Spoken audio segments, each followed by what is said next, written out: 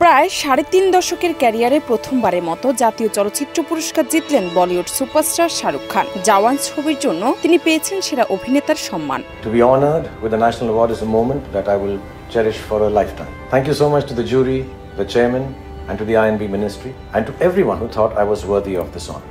Thanks to Atlee sir and his team for giving me the opportunity in Jawan and trusting me to deliver and be worthy of this award. পুরস্কার ঘোষণার পর দেশ জুড়ে চলছে অভিনন্দনের বন্যা। অভিনন্দন জানিয়েছেন কংগ্রেস সাংসদ শশী থারুর। রবিবার এক্সে তিনি লেখেন, এক জাতীয় সম্পদ এবার জাতীয় পুরস্কার পেলেন। থারুরের এই মার্জিত বার্তার জবাবে শাহরুখ রসিকতা করে লেখেন, আপনার সহজ প্রশংসার জন্য ধন্যবাদ মিস্টার থারুর। এর চেয়ে বেশি ম্যাগনিফিসেন্ট বা স্যাসকুইপেডিলিয়ান হলে বুঝতেই পারতাম না। হা হা হা। এই দুটি শব্দের অর্থ জটিল শব্দ ব্যবহার এবং যে ব্যক্তি সেগুলো ব্যবহার করেন। সাধারণত থারুরের লেখাতেই এমন শব্দ দেখা যায়। এই জবাবের পরপরই সামাজিক মাধ্যমে হাসির রোল পড়ে যায়, কারণ এবার থারুরকেই তার ভাষার অস্ত্রেই হার মানালেন বাদশা।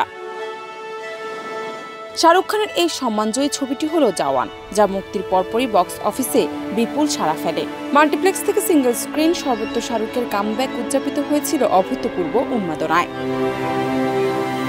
চলচ্চিত্র সমালোচক ও দর্শকরা মনে করছেন, এই ছবি শুধু ব্যবসায়িক সফলতা নয়, শাহরুখের অভিনয় দক্ষতার এক নতুন দিকও তুলে ধরেছে। তাই তার সেরা অভিনেতার পুরস্কার পাওয়া যেন সময়ের দাবি ছিল। শাহরুখ খান, যিনি একাধিক ফিল্মফেয়ার পুরস্কার জয় করেছেন, বহু সুপারহিট ছবিতে অভিনয় করেছেন, ৩ দশক পর এবার প্রথমবার জাতীয় পুরস্কার অর্জন করলেন। এ যেন তার অনুরাগীদের জন্য এক দারুণ প্রাপ্তি। জান্নাত নিপু, দেশ রূপান্তর।